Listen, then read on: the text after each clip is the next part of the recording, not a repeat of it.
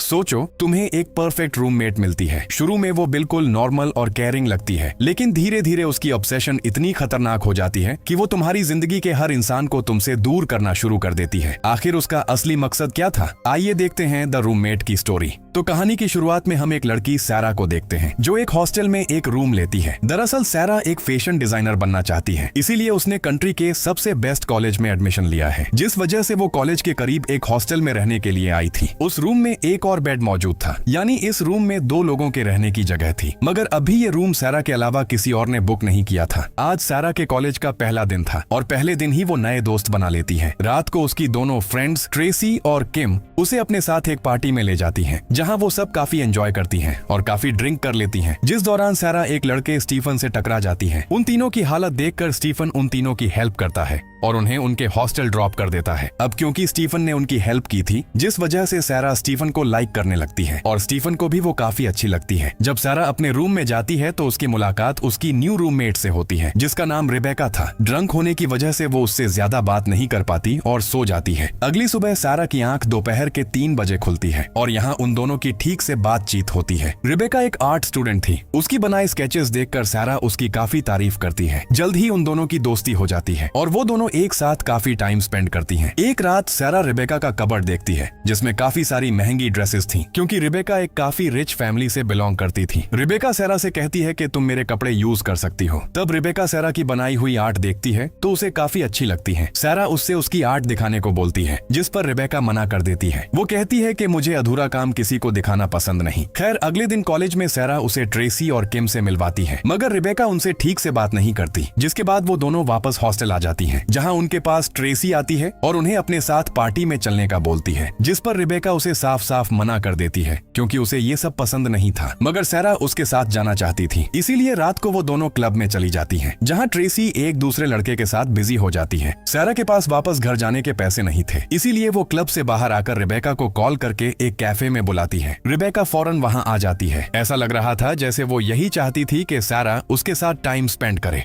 अगले दिन वो सैरा को आर्ट गैलरी लेकर जाती है। सैरा नोटिस करती है कि उसका और रिबेका का टेस्ट काफी सिमिलर है, जिससे उनकी बॉन्डिंग और अच्छी हो जाती है और सैरा उससे अपने दिल की सारी बातें शेयर करने लगती है। वो बताती है कि मेरी बड़ी बहन अब इस दुनिया में नहीं है, जो मेरे सबसे क्लोज थी। वो उसे अपने एक्स बॉयफ्रेंड के बारे में भी बताती है, जो अभी तक उसका पीछा नहीं छोड़ रहा था। सैरा की लाइफ के बारे में रिबेका सब कुछ जानने लगी थी, मगर रिबेका के बारे में सैरा कुछ भी नहीं जानती थी और न ही रिबेका उसे अपने बारे में कुछ बताती थी। उसका बिहेवियर काफी अजीब था। जब सैरा घर पर नहीं होती थी तब वो उसकी चीजों को पहन कर देखती थी। उसे सैरा की हर चीज काफी पसंद आती थी, जैसे वो उससे ऑब्सेस्ड हो गई हो। घर आते हुए सैरा को रास्ते में एक बिल्ली दिखती है, जिसे वो अपने साथ हॉस्टल ले आती है। रिबेका भी उस बिल्ली के साथ खेलने लगती है। तब सैरा उसके गले में अपना नेकलेस नोटिस करती है। सैरा उससे कहती है कि ये मेरी बहन की आखिरी निशानी है, तुम इसके अलावा मेरी हर चीज ले सकती हो। अगले दिन ट्रेसी सैरा से माफी मांगने आती है, उस रात उसे अकेला छोड़ने के लिए, जिस पर सैरा उसे माफ कर देती है। मगर रिबेका को ये बात बिल्कुल अच्छी नहीं लगती। उस रात रिबेका सैरा को अपने साथ एक शो देखने के लिए जाने का बोलती है। तब सैरा उसे पहनने के लिए अपनी एक जैकेट देती है और साथ ही वो उसे इयररिंग्स देकर वॉशरूम चली जाती है। रिबेका के कान में कोई पियर्सिंग नहीं हुई थी, मगर फिर भी वो सैरा के दिए हुए इयररिंग्स पहनना चाहती थी, इसीलिए वो उन्हें ऐसे ही अपने कान में डाल लेती है, जिससे उसका खून भी निकलता है, लेकिन उसे इससे कोई फर्क नहीं पड़ता। जिसके बाद वो दोनों शो देखने चली जाती हैं। रात को रिबेका ट्रेसी के रूम में जाती है और उसे काफी अजीब तरीके से घूरते हुए वहां से चली जाती है। अगले दिन ट्रेसी ये बात सैरा को बताती है। वो कहती है कि रिबेका काफी अजीब है, मगर सैरा इस बात को ज्यादा सीरियसली नहीं लेती। उन दोनों की बातें रिबेका ने सुन ली थी। उस रात जब ट्रेसी नहा रही थी तब रिबेका उस पर हमला कर देती है। वो उसे जान से मारने की धमकी देते हुए सैरा से दूर रहने का बोलती है। इस वाक्य से ट्रेसी इतना डर जाती है कि वो सैरा से बात भी नहीं करती और यहाँ तक कि वो ये शहर भी छोड़ देती है, जिससे रिबेका अंदर ही अंदर काफी खुश होती है, क्योंकि उसने सैरा से ट्रेसी को दूर कर दिया था और अब बस रिबेका ही उसकी दोस्त है। मगर जब एक दिन उसे पता चलता है कि सैरा और स्टीफन एक दूसरे के करीब आ रहे हैं, इस बात से उसे काफी ज्यादा गुस्सा आता है। सैरा और स्टीफन एक दूसरे को काफी पसंद करने लगे थे और ज्यादातर वक्त सैरा स्टीफन के साथ ही गुजारती थी। एक रात सैरा स्टीफन के साथ बाहर थी। पीछे से रिबेका को उसकी फिक्र हो रही थी। तभी उसे सैरा के ड्रॉअर से उसका फोन रिंग होते सुनाई देता है, जो दरअसल सैरा का एक्स बॉयफ्रेंड उसे कॉल कर रहा था। रिबेका उसका फोन उठाकर सैरा बनकर उससे बातें करने लगती है। वो बातों बातों में उसे सिड्यूस करने लगती है। अगले दिन सैरा जब घर वापस आती है तो गलती से उसकी बिल्ली रूम से बाहर चली जाती है। जब वर्कर ये देखती है तो वो उससे कहती है कि यहाँ जानवर रखना अलाउ नहीं है, तुम इसे जल्द से जल्द यहाँ से भेज दो।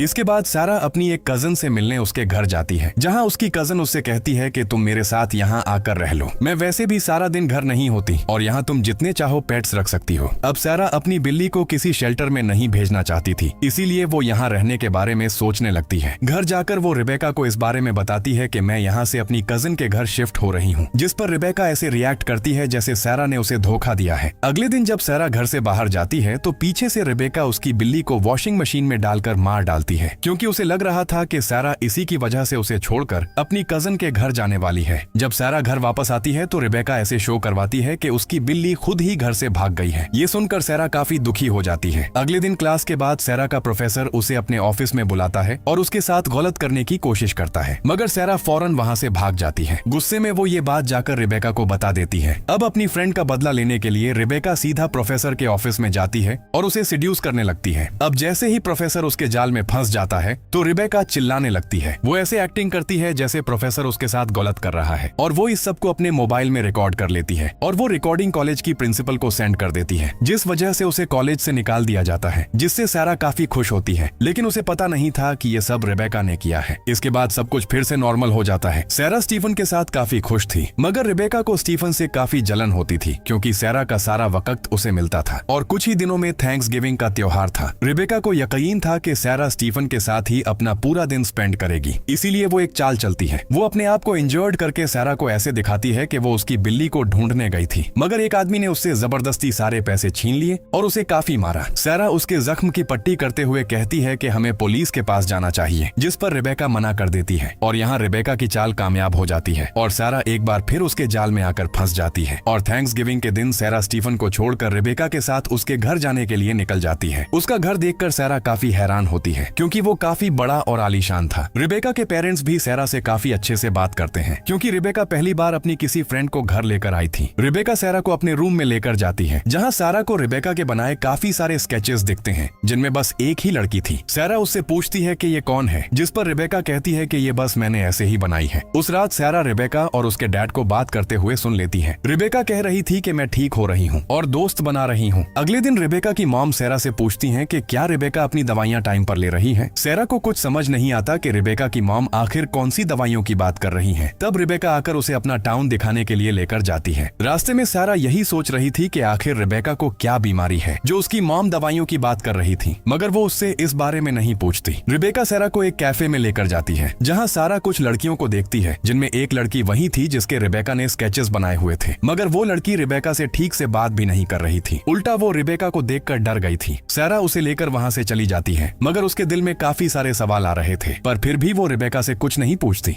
जिसके बाद वो दोनों वापस हॉस्टल आ जाती हैं। एक दिन जब रिबेका कॉलेज जाती है तो पीछे से सारा उसकी चीजें चेक करती है, जहां उसे एक मेडिसिन मिलती है। तभी वहां पर स्टीफन आ जाता है। वो दोनों उस मेडिसिन के बारे में रिसर्च करते हैं। उन्हें पता चलता है कि ये मेडिसिन वो लोग लेते हैं जो मेंटली स्टेबल ना हो, यानी रिबेका मेंटली सिक है, इसीलिए वो इतना अजीब बिहेव करती है। अब ये सब जानकर स्टीफन उसे अपने घर शिफ्ट होने का कहता है। अगले दिन रिबेका सारा से कहती है कि मुझे एक टैटू बनवाना है। वो उसे साथ चलने को बोलती है। सारा उसे मना नहीं कर पाती और उसके साथ चली जाती है, मगर रिबेका का टैटू देखकर सारा को काफी बुरा लगता है, क्योंकि रिबेका ने उसकी बहन के नाम का टैटू बनवाया था। ऐसा करके वो सारा की जिंदगी में अपनी जगह बनाना चाहती थी, मगर सारा को ये हरकत बिल्कुल अच्छी नहीं लगती। उसे अब रिबेका से डर लगने लगा था, इसीलिए वो फौरन स्टीफन के घर शिफ्ट हो जाती है, जहाँ उसे अपने सामान में से रिबेका की स्केच बुक मिलती है, जिसमें उसने सारा के काफी सारे स्केचेस बनाए हुए थे। ये देखकर सारा अब रिबेका से और ज्यादा डरने लगती है, इसीलिए वो उससे अब कोई कांटेक्ट नहीं रखना चाहती थी। मगर हर रोज उसे ऐसा लगता था कि जैसे रिबेका एक काले साए की तरह उसका पीछा कर रही है। दूसरी तरफ सारा का एक्स बॉयफ्रेंड उससे मिलने हॉस्टल आता है, क्योंकि सारा उसकी कॉल नहीं उठा रही थी। वो पेपर पर अपना एड्रेस लिखकर रूम के दरवाजे के नीचे रख देता है, जिसे रिबेका देख लेती है। उस रात वो बिल्कुल सारा की तरह तैयार होती है, यहाँ तक कि अपने बालों का कलर भी चेंज कर लेती है। जिसके बाद वो पेपर पर लिखे एड्रेस पर जाती है और सारा के एक्स बॉयफ्रेंड के रूम में जाती है, जहाँ जाकर वो उसका मर्डर कर देती है। उधर सारा को उसकी कजन का मैसेज आता है, जो उसे मदद के लिए बुला रही थी। सारा फौरन उसके घर घर जाती है जहाँ पूरे घर की लाइट्स ऑफ थी, बस एक रूम की लाइट चली हुई थी। सारा अंदर जाकर देखती है जहाँ उसकी कजन को किसी ने बेड से बांधा हुआ था, जो किसी और ने नहीं बल्कि रिबेका ने ही किया था, और उसी ने उसकी कजन के फोन से उसे मैसेज करके यहाँ बुलाया था, क्योंकि वो सारा के हर करीबी को उससे दूर करना चाहती थी। वो सारा पर गन तान देती है और कहती है कि ये सब तुम्हारी वजह से हो रहा है, तुमने मुझे धोखा दिया है। सारा उसे शांत करने की कोशिश करती है। वो कहती है कि सिर्फ तुम ही मेरी दोस्त हो, मगर फिर भी रिबेका उसकी कजन को मारने लगती है। तब सारा उसे रोकने की कोशिश करती है तो रिबेका उस पर ही हमला कर देती है, जिस दौरान सारा रिबेका को कमरे से बाहर ही बंद कर देती है। सारा जल्दी से अपनी कजन को फ्री करने लगती है, मगर उसकी कजन उसे खिड़की से भागने को बोलती है, क्योंकि रिबेका गन लेकर दरवाजा पीट रही थी। सारा खिड़की से नीचे कूदने लगती है। इतने में रिबेका दरवाजा तोड़कर सारा की कजन पर गोली चलाने लगती है, मगर तभी वहाँ स्टीफन आ जाता है और रिबेका को मारकर बेहोश कर देता है, जिसके बाद वो सारा को भी ऊपर खींचने लगता है। अचानक पीछे से रिबेका उठकर स्टीफन के सर पर अटैक करके उसे बेहोश कर देती है और सारा को ऊपर खींच लेती है। तब सारा उसकी गन रिबेका पर ही तान देती है, लेकिन उसमें कोई गोली नहीं थी। अब ये देखकर रिबेका को काफी गुस्सा आ जाता है, क्योंकि वो उसे अपनी बेस्ट फ्रेंड समझती थी और उसके लिए उसने इतना कुछ किया और आज वो ही उसे मारना चाहती है। इसीलिए रिबेका सारा का गला दबाकर उसे जान से मारने लगती है। वो बस मरने ही वाली थी, पर तभी सारा के हाथ चाकू लग जाता है, जिसे वो रिबेका की बॉडी में स्टैब कर देती है, जिससे रिबेका मारी जाती है और उन तीनों की जान बच जाती है। कहानी के लास्ट में हम सारा को देखते हैं जो वापस से अपने हॉस्टल में आ जाती है और स्टीफन के साथ मिलकर रिबेका का बेड उस रूम से बाहर निकाल देती है, क्योंकि अब वो अकेली रहना चाहती थी। और बस इसी के साथ ये मूवी यहीं पर एंड हो जाती है। अगर वीडियो पसंद आई है तो वीडियो को लाइक और चैनल को सब्सक्राइब कर दें। Thanks for watching.